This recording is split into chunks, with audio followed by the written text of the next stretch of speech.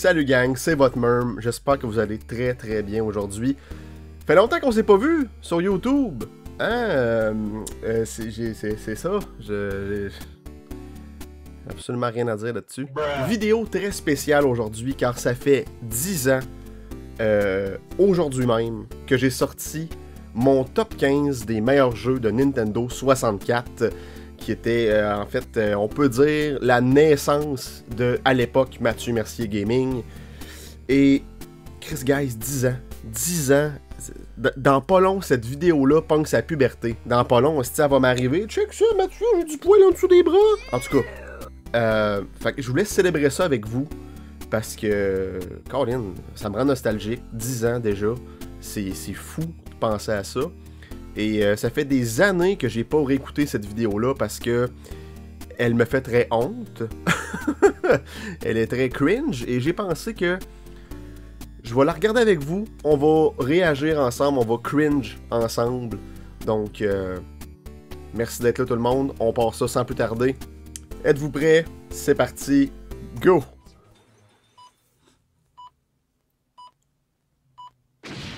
En 1996, Nintendo lance sa troisième console de salon, la Nintendo 64. Cette console 64 bits était spécialement pensée pour rendre des graphismes polygonales 3D et était très innovatrice pour l'époque.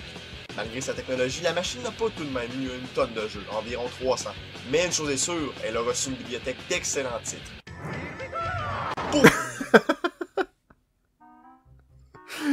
Premièrement, le mixage de son est vraiment pas terrible. Mes narrations sont ordinaires, on peut dire. J'aime vraiment le fait que j'aille carrément couper la chanson pour mettre le petit « Here we go ». Dois-je vous rappeler que je montais cette vidéo-là avec Windows Movie Maker, qui est le cancer des logiciels de montage.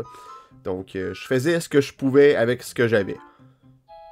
On repart. Pour mon top 15, j'ai sélectionné qu'un seul jeu par franchise et j'ai basé mes choix sur mes expériences personnelles. J'ai aussi... Dans le fond, j'ai appelé ça le top 15 des meilleurs jeux de 64, mais dans le fond, c'est mon top 15 de mes jeux préférés de 64. Ça aurait dû être ça, le titre. Parce que c'est pas les meilleurs jeux de 64, là, loin de là. Tu sais, je dis un jeu par franchise, mais je respecte fuck all cette règle-là durant tout le suite top. Et ça pour toutes les tops de consoles que j'ai faites. Oh boy. Expérience personnelle. J'ai aussi choisi des jeux exclusifs à la console. Fine. Je tiens à le dire, ce top 15 est ma stricte opinion. C'est mon opinion. C'est pas offensif si j'ai pas nommé tel ou tel jeu, c'est probablement parce que j'ai pas eu suffisamment de temps d'y jouer et que je peux pas vraiment y donner une opinion. Bon, regarde, vois-tu, en 30 secondes, je défais tout ce que je viens de dire. Les meilleurs jeux de 64, mais hey, c'est mon opinion. Ah, c'est mes jeux préférés à moi, pas à vous autres. Mais je vous invite tout le monde à me dire quel serait votre top 15 des meilleurs jeux de Nintendo 64. Pas grand monde l'a fait, ça. Vraiment pas grand monde l'a fait. Bomberman Hero? Bomberman Hero est un platformer mettant en vedette le grand et l'unique Bomberman. Le montage ici. Le petit this guy qui est crème. Je faisais vraiment ce que je pouvais avec ce que j'avais, pour vrai, là. J'ai vraiment aimé aussi que là, je montre Bomberman qui dit I did it avec le pire score que tu pourrais pas avoir dans le fucking tableau. Je pense pas que c'est mes footage à moi, ça. Je le dis un petit peu avant, là. C'est pas mes footage à moi, ça. Parce que, crème, à l'époque, j'avais pas vraiment de manière d'enregistrer des footage. J'ai eu un Elgato que plus tard. Fait que beaucoup des premiers tops, ces choses-là, là, c'était c'était pas mes footage. Parce qu'en plus, j'avais un ordi de marde qui faisait du bruit. Fait que enregistrer des footage avec ça, c'était pas fameux du tout. Dans cet opus, la princesse Miliane a été enlevée et il n'en revient qu'à Bomberman de régler la situation. Et les contrôles sont simples. Grosse pause. La musique est très mémorable et je peux encore fredonner les airs de ce jeu aujourd'hui. Comparé à Bomberman. I'm out. Et je peux encore fredonner les airs de ce jeu aujourd'hui. Le moins convaincant possible, gang. La musique est excellente, mais c'est comme... Je fredonne les airs de temps en temps. C'est cool, I guess. Man 64, celui-ci est beaucoup plus simple et l'action semble se dérouler beaucoup plus rapidement. Bomberman Hero est un excellent platformer pour du fun pur et simple. Je lui donne la 15e place sur mon top 15. Hero. Bon petit platformer, ça 64 pour vrai. Bon, Star Fox 64. Ok, ouais. Je savais vraiment pas quoi mettre pour vrai. Quand on pense à un space c'est pas pour rien que j'ai passé. Star Fox 64 nous vient j'ai passé des top 15 au top 10 parce que. Extrêmement amusant et bien conçu. C'est aussi lui qui a introduit le Rumble Pack. Ouais, le gros truc énorme qui se connectait à l'arrière de la manette et qui vibrait le shader le vide. Ça paraît pas, mais ce concept-là.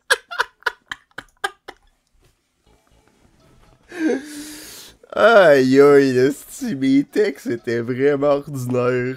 Tu sais, le gros truc que tu popes en arrière pis qui shake the shit out of it, tabarnak. Aïe aïe, c'est cringe, on repart. Chine suivant la Nintendo 64.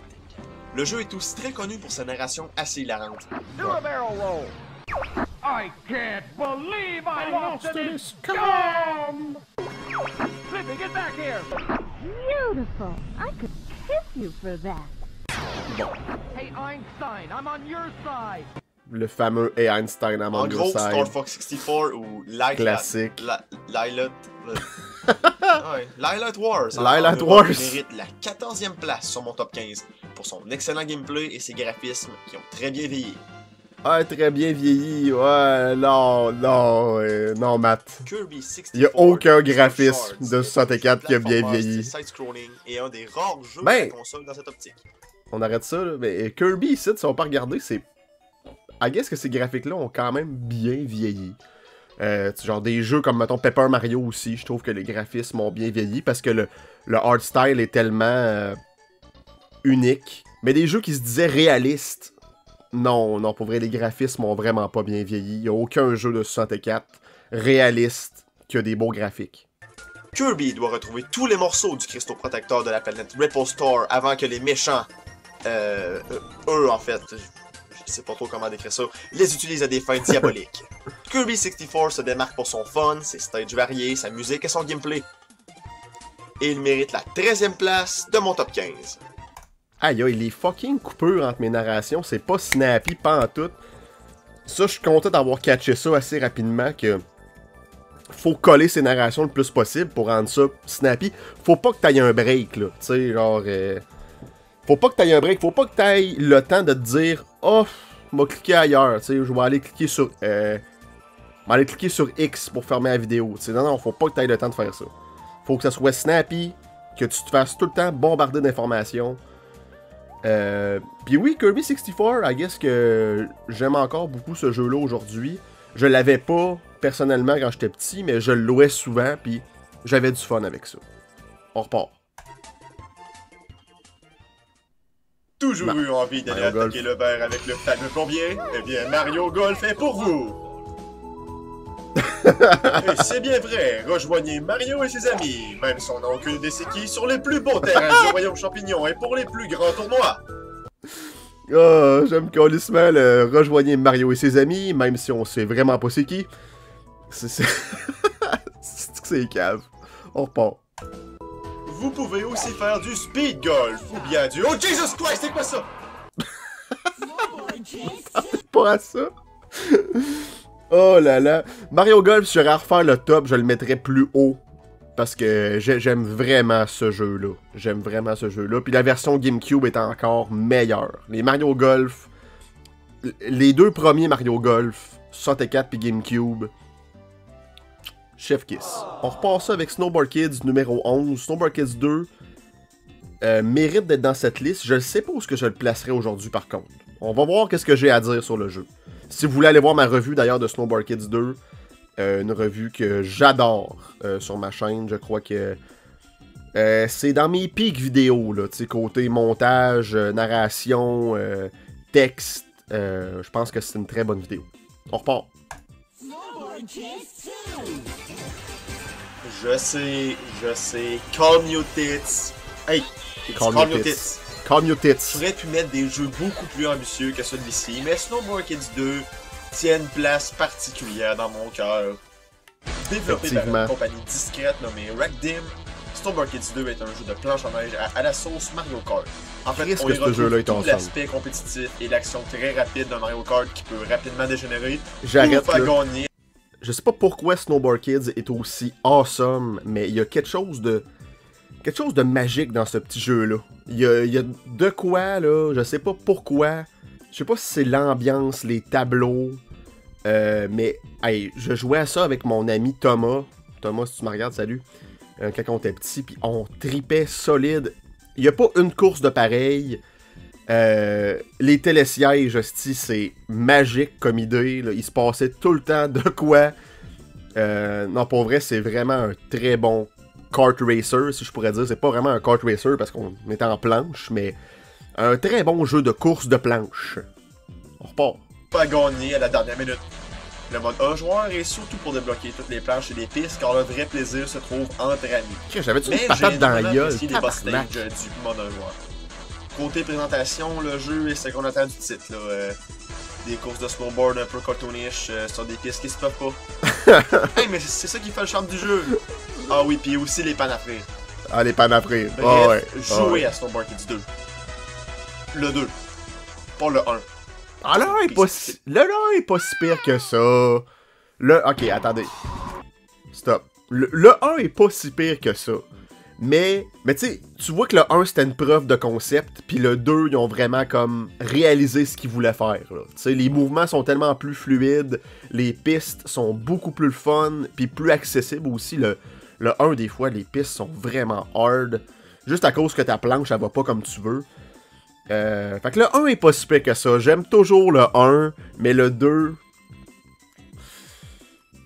Texte-moi après le show, hostie.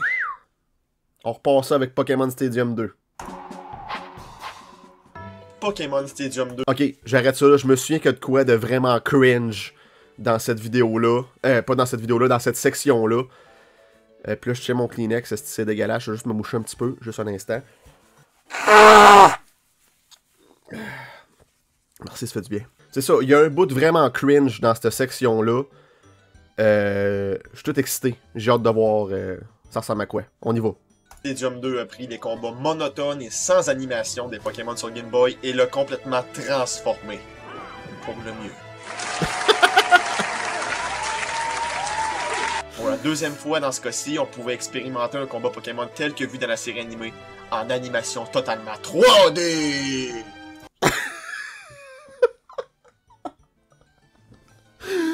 En animation 3D!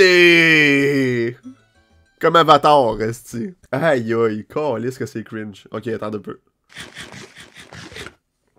Prendre une petite gorgée de gaz, puis on en repart. 1, 2, 3. C'est un rêve devenu réalité. C'est un peu dommage qu'on n'en ait pas eu d'aventure digne des consoles portables, mais le jeu livre quand même un sentiment de La progression. narration aussi, là, on va juste reculer un petit peu. D'aventure digne des consoles portables, mais le jeu livre quand même La un sentiment de narration progression. aussi, ouf, pas terrible. J'ai comme C'est un peu bégayé. esti. Puis tu sais, je reprenais ces narrations-là plusieurs fois. C'était la meilleure prise que j'ai faite.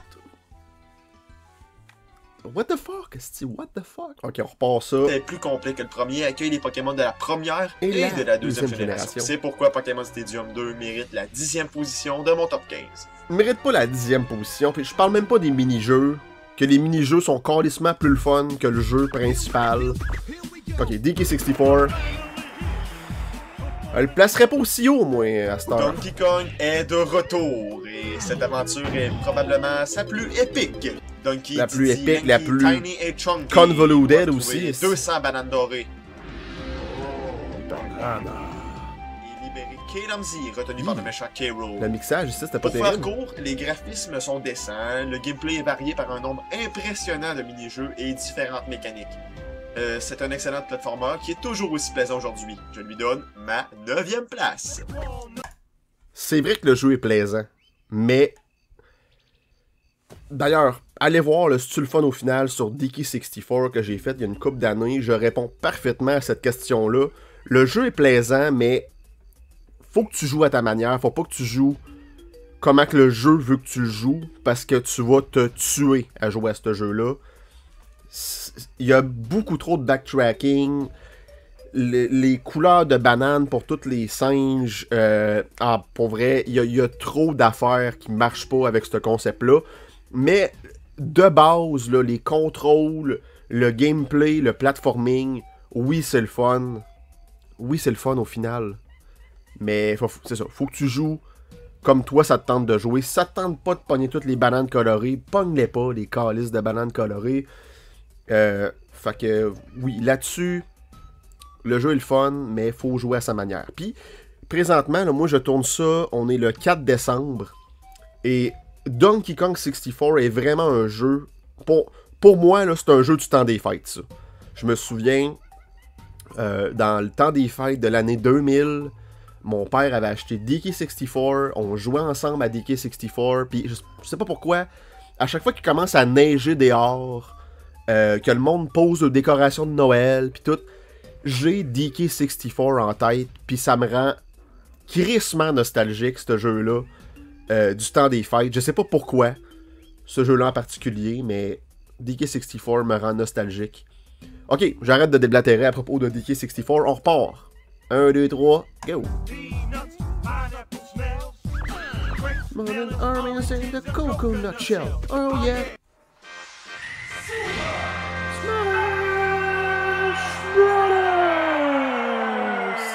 C'est tout, un très bon jeu. C'est le jeu de combat réunissant les grandes mascottes de Nintendo. Effectivement, Le jeu qui s'est fait remarquer pour son gameplay original, addictif et complètement dément. Le jeu qui s'est démarqué complètement des autres jeux de combat d'époque. Il introduisait un tout nouveau système de combat que je n'ai pas besoin d'expliquer puisque Smash Bros est devenu une des franchises les plus populaires de Nintendo. Et je crois que c'est amplement mérité avec un tel jeu pour commencer une franchise. Avec raison. Le succès est assuré. Oh ouais, avec aussi, raison. merci à Smash de m'avoir fait découvrir Samus, NES, Captain Falcon. Et merci d'être toujours aussi plaisant 15 ans plus tard. Ouais, aussi plaisant 15 ans plus tard. On exagère peut-être un petit peu, là. Mario 64 a Mario 64 révolutionné le jeu en 3 dimensions avec son contrôle et son système de caméra qui, imaginez-vous, était nouveau à l'époque. Ouais. Le jeu a été spécialement pensé pour le joystick multidirectionnel de la Nintendo 64 et on retire non, Matt. toutes ses possibilités. Là, stop, time out. Le joystick a été pensé pour Mario 64, pas l'inverse, là. Wow, mon homme, là. Hey. Si on pense que ce jeu-là a commencé son développement, ça a Super Nin, puis là, ils se sont rendus compte que, on peut pas faire grand-chose avec cette console-là. Non, c'est vraiment le joystick qui a été pensé pour ce jeu-là, en particulier. Excusez-moi, il fallait que j'en parle parce que là, je voyais tout le monde dans les commentaires déjà en train d'écrire « Matt, c'est de la merde ce que tu dis, Colin! » On repart ça. 1, 2, 3. Comme le dirait si bien Wikipédia, le stick analogique de la Nintendo 64 a permis un contrôle du personnage plus précis et plus vaste que la croix directionnelle d'autres consoles. Super Mario 64 a utilisé cela d'une façon qui était unique en son temps. Les contrôles sont entièrement analogiques et permettent une étendue de mouvement à 360 degrés dans l'espace 3D. J'arrête ça. Je me souviens, j'étais calissement fier de ce petit montage-là, là, parce que, je vous rappelle encore une fois, je faisais ça avec Movie Maker. Fait que j'avais été sur photofiltre, j'avais fait des montages photos, puis là, j'avais comme collé plein d'images ensemble en transparence, puis en tout cas, j'étais vraiment fier, je me souviens de ce petit montage-là. Je pouvais quand même faire des belles affaires avec Movie Maker, mais ça prenait un peu de creativity. On repart. Le stick analogique permet aussi une certaine subtilité, comme contrôler la vitesse à laquelle Mario marche en inclinant plus ou moins le stick. Le stick. Les graphismes du jeu sont assez simples, mais on ne pouvait pas en demander plus pour un starter de console. Les niveaux sont tout... J'arrête encore, mais ça a l'air que Mario 64 est optimisé de manière... C'est dégueulasse, là. C'est dégueulasse comment ce jeu-là est optimisé. Et là, il y a plein de ROM hackers. Parce que là, le source code est sorti. En fait, le code source du jeu a été mis sur Internet. Et là, le monde optimise ce jeu-là à côté. Puis, ils font des ROM hacks genre mind-blowing. C'est vraiment incroyable ce qu'on peut faire avec ce jeu-là. Mais voyez-vous, en 96, quand ils l'ont sorti, il était sûrement un peu à la presse aussi, on va se le dire, là. Mais ce jeu-là est vraiment mal optimisé, fait que Les graphiques sont pas terribles. On repart ça dans 3, 2, 1. Tous mémorables à leur façon, Gorge de et gaz. de même pour la musique. La musique de Mario 64 est quand même Beaucoup assez disent de Mario nostalgique. 64 qu'il est la raison initiale du succès de la Nintendo 64. Initial! Je dirais même que Super Mario 64 est le meilleur starter de console de tous les temps. Tabarnak, bold statement. Meilleur starter de tous les temps. En conclusion, pour sa jouabilité, Ok, j'arrête ça là. Je dirais que Breath of the Wild a détrôné Mario 64 depuis. Puis meilleur starter de tous les temps. On peut-tu dire qu'il est meilleur que Mario World, mettons? Ou meilleur que Wii Sports? T'sais, Wii Sports, quand même, faut le dire, ça a été un... C'était genre un phénomène, là, ce jeu-là, en 2006. Là. Pis on peut-tu dire que c'est meilleur que New Super Mario Bros. U? Pense pas, moi. On repart. 1, 2, 3. conclusion pour sa jouabilité encore légendaire aujourd'hui, j'accorde à Super Mario 64 la 7e place dans mon top 15. Raisonnable. 7e place. Raisonnable. Je pense que je le placerai aussi comme ça. Mario Party 2. Mon premier jeu de 64. Mario Party 2 est un party game mettant en vedette, vous l'aurez deviné, Mario et sa gang.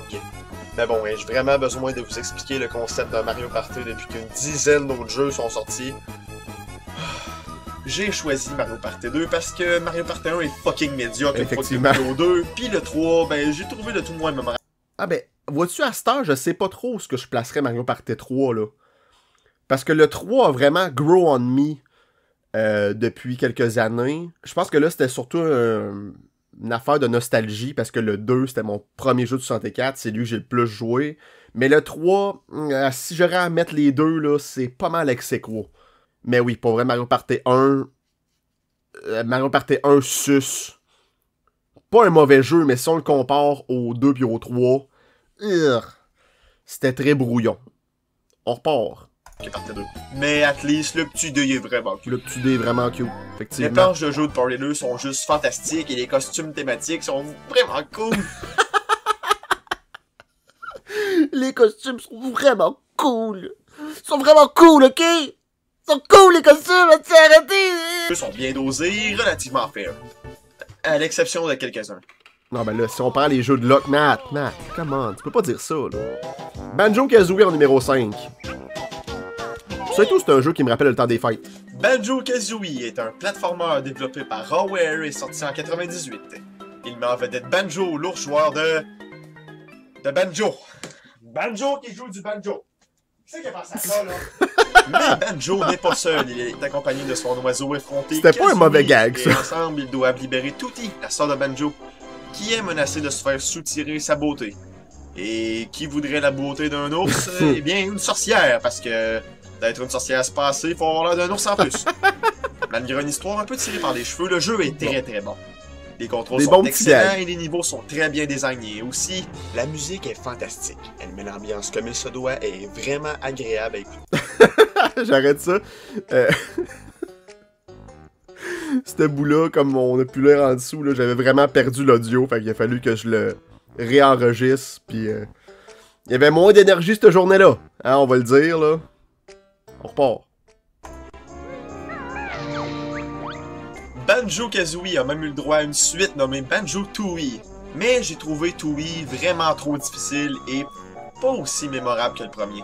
J'arrête ça là. Je pense que qu'est-ce qui arrive avec Tooie, c'est que c'était trop ambitieux, là. Ils ont comme trop pris du DK64 puis ils l'ont collé sur Banjo. Il y a trop d'affaires à faire. Les mondes sont trop gros. Puis les performances à 64 sont absolument dégueulasses. Le jeu run à genre 15 FPS la plupart du temps.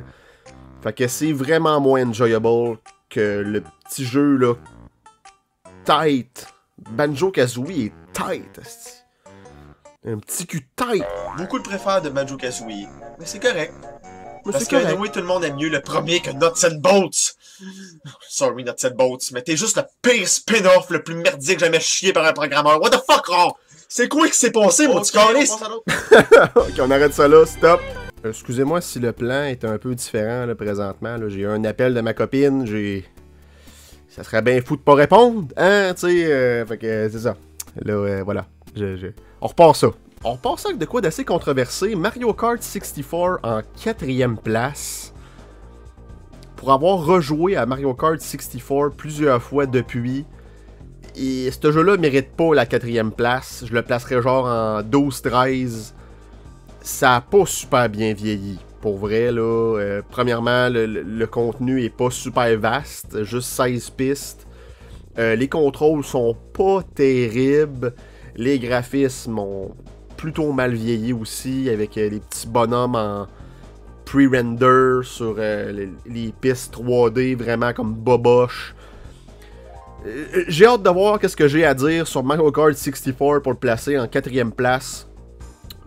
On y va sans plus tarder. 1, 2, 3, go! Oh oui, il fallait s'y attendre. Quelle console Nintendo qui se respecte n'a pas son Mario Kart? Ah oui, c'est vrai. La NES. Oubliez ce que je viens de dire. Mario Kart 64 prend une place particulière gag dans mon cœur inutile. et dans le vôtre aussi, j'en suis sûr. Je sais pas vraiment quoi dire à part que c'est un classique, et pour cette raison, je le place en 4e position des meilleurs jeux de N64. On arrête ça là. J'avais vraiment pas encore rien à dire. J'avais rien à dire sur Mario Kart 64 de positif. Ah, c'est un classique. 4e position. Let's go. On passe à l'autre. J'ai plus de temps à perdre, là. On passe à l'autre, hostie. Les bruits de cartes en plus, qu'on dirait un bruit de Weed Eater. Paper Mario est un RPG développé par Intelligent Paper Mario Systems, numéro sorti en 3. 2001. C'est un Legit. peu la suite spirituelle de Super Mario RPG sorti précédemment sur Super Nintendo. Dans ce jeu, tout le monde est du papier. Mario est du papier, les ennemis sont du papier, même le papier est du papier. Encore une fois, le méchant Même Bowser le papier essaie est tant du bien que papier. mal de kidnapper la belle princesse Peach. Mais cette fois-ci, il s'y prend pas si mal que ça, puisqu'il réussit quand même à arracher le château du sol. Même quand Mario vient à la rescousse, Bowser il va juste d'un simple coup de Star Rod pour envoyer Mario par la fenêtre. Une des scènes les plus tristes que j'ai jamais vues. Mais si vous n'avez pas joué, je vais m'arrêter là et vous laisser découvrir le reste à vous-même. C'est pas tant triste, c'est plus la petite musique qui est comme genre, oh my god, Mario, hostie, il tombe du ciel. Puis. Ah, ça. Mais ce jeu-là mérite tellement la 3e position. Je pense que. Même aujourd'hui, je le placerais peut-être un petit peu plus haut. Je le sais vraiment pas comment je ferais ça, là, mais. Pour avoir rejoué et rejoué, avoir fait des randomizers, des ROMAC, Paper Mario 64 reste un de mes RPG préférés de tous les temps. Ce jeu-là est vraiment excellent. Autant visuellement, la musique, le gameplay, les combats, l'exploration, l'histoire, les personnages. Pour vrai, tout y est. C'est vraiment un très bon jeu. On repart. Paper Mario, malgré son apparence simpliste, vaut le détour. Son système de RPG simple convient autant aux enfants qu'aux adultes, et c'est un must-have pour votre Nintendo 64. Effectivement, ça, c'est tellement accessible comme jeu. Ah, j'aime beaucoup Paper Mario. Paper Mario, il est là. Numéro 2, Majora Mask.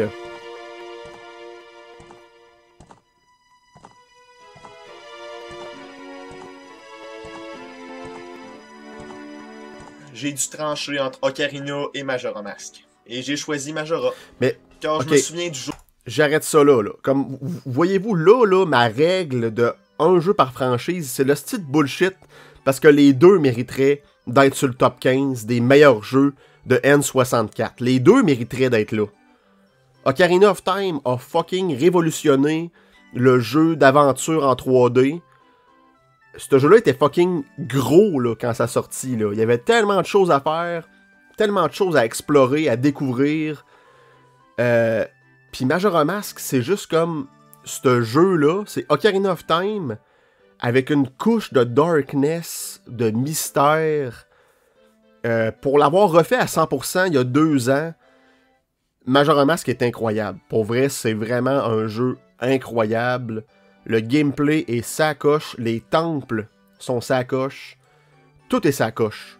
Ben, pas tout là, mais en tout cas, vous comprenez ce que je veux dire. Fait que les deux auraient mérité d'être là. Mais dans mes règlements un peu boboches que j'ai pas tant respectés, j'avais pas le choix de mettre Majora Mask en deuxième position. On repart. De sa sortie. Je me souviens comment j'ai été émerveillé. C'était tellement plus dark, plus mystérieux que Karina.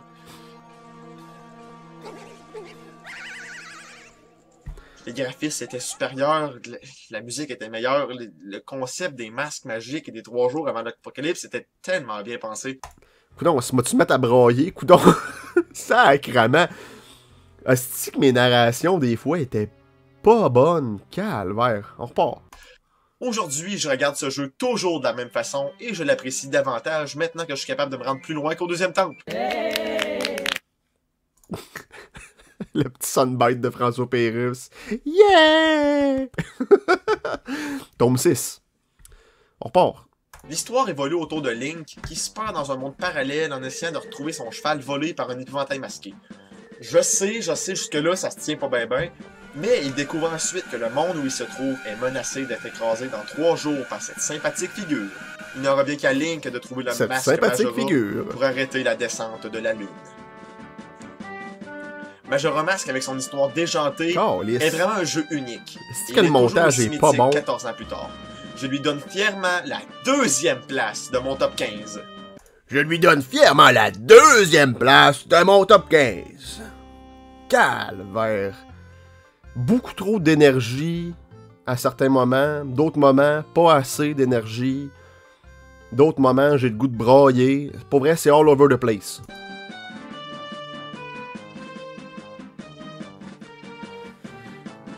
Et là, la première place. Well, there I Conker's Bad Fur Day. Conquer the king. Ok. King of all the land. King of Oh, all fuck the that. land. Mettons qu'on prend ce jeu-là, là, vraiment face value. Là. Ce qu'on voit, ce qu'on entend, c'est un des meilleurs jeux de 64. Hands down. Là, les graphiques étaient vraiment... ce jeu-là est sorti à la dernière année de la console. C'était comme... Ils ont poussé ça au maximum. Là, toutes les narrations qu'on entend qui rentrent sur une cassette de 64, c'est juste pas mal assez incroyable. Les cinématiques... Est-ce que c'est le meilleur jeu de 64? Je le sais pas. Techniquement, et là je parle vraiment là, de niveau technicité, c'est un des meilleurs jeux. C'est peut-être le meilleur jeu de 64, mais voyons voir ce que j'ai à dire sur Conker's Bad Fur Day. 1, 2, 3. Who'd have thought that? Conker's Bad Fur Day est un mélange d'action, d'aventure et de platforming développé et édité par Rareware en 2001.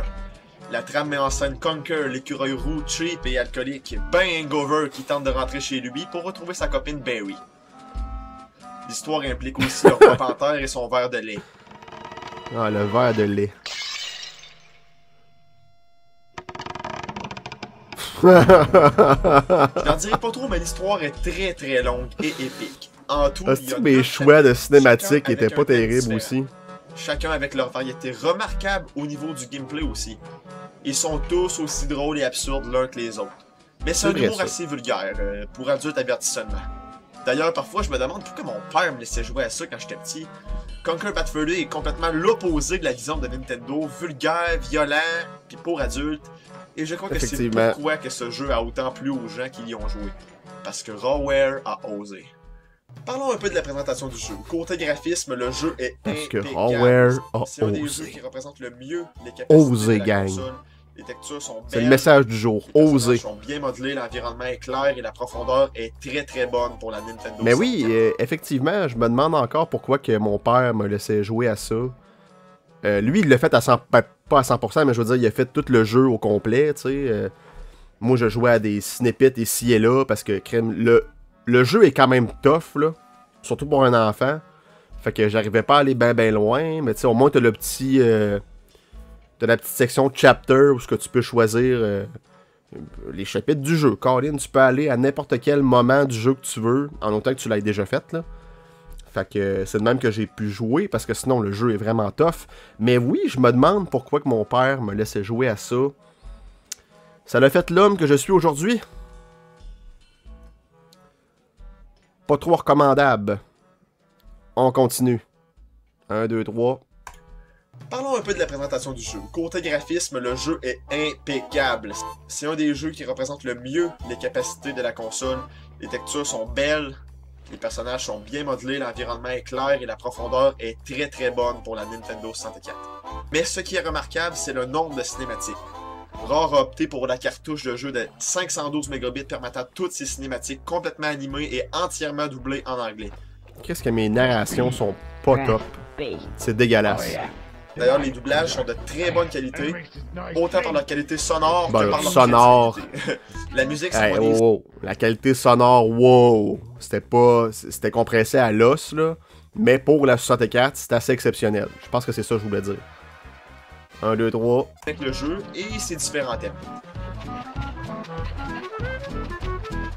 N'ayant pas de mode coopératif, Conker's Bad Fur Day offre un mode multijoueur, je dirais même des modes multijoueurs jusqu'à 4 personnes, reprenant les thèmes vus dans l'aventure. Le mode multijoueur de Conker's Bad Fur Day. Multijoueur vous tiendra en haleine. Ah, il est sur la coche en crise. C'est malheureux que Bad Fur Day n'ait pas eu le succès commercial qu'il aurait dû avoir. Seulement 55 000 copies du jeu avaient trouvé preneur en avril 2000. En avril, 55 000. Calvaire, c'est un flop. C'est pour ça que les cassettes se vendent 300$, ça, c'est. Malgré ses ventes plutôt moyennes, le jeu a su trouver son lot de fans inconditionnels encore aujourd'hui. Pour toutes ces raisons, Conker's Bad Fur Day, selon mon opinion... Hein? Ça arrête là! Attends un peu, wow! Pour toutes ces raisons, Conker's Bad Fur Day, selon mon opinion... Hein? Ça arrête là! On n'a pas la fin. Sur Mathieu Mercier Archive, il n'y a pas la fin. Wow! Hey, c'est donc bien anti-climax, cette affaire-là. Pour toutes ces raisons, Conker's Bad Fur Day est, selon mon opinion, fuck all. C'est de la crise de crotte, ce jeu-là. Hey, gang, wow! C'était le top 15 des meilleurs jeux de 64. Selon mon opinion, un fiasco total. Mais pour une première vidéo, par contre, c'était pas si mal. Parce que si je vais écouter des vidéos, des premières vidéos de d'autres créateurs, je suis sûr que je pourrais trouver plus cringe que ça. Mais c'était vraiment pas terrible. Merci beaucoup d'avoir été là pour ce roller coaster d'émotions. Et en espérant se revoir plus souvent en 2025. Mais pour vrai, 10 ans, ça a pas de maudit bon sens. Je me souviens encore être dans ma chambre, chez ma mère, en train de monter ce vidéo-là, d'essayer de faire de quoi, de le fun, d'écoutable. Sur certains aspects, c'était pas terrible, mais quand même, je suis nostalgique de cette vidéo-là. Je suis nostalgique de toute la durée de Mattmers Gaming. Puis là, aujourd'hui, je fais plein d'affaires différentes. Du stand-up dans les bars, des vidéos sur TikTok, je fais des memes sur Facebook. Toutes des affaires qui mènent à peu près à rien. Mais vraiment, je suis très nostalgique de l'époque Mathieu Mercier Gaming. Ces vidéos-là font partie de moi, si je pourrais dire. Et je crois qu'ils font aussi partie de vous. C'est prétentieux ce que je viens de dire là. Mais merci beaucoup d'avoir été là tout le monde pour cette vidéo React. Et je vous souhaite un joyeux temps des fêtes. Prenez soin de vous, prenez soin des autres. Et restez hydratés, c'est très important. Bye bye!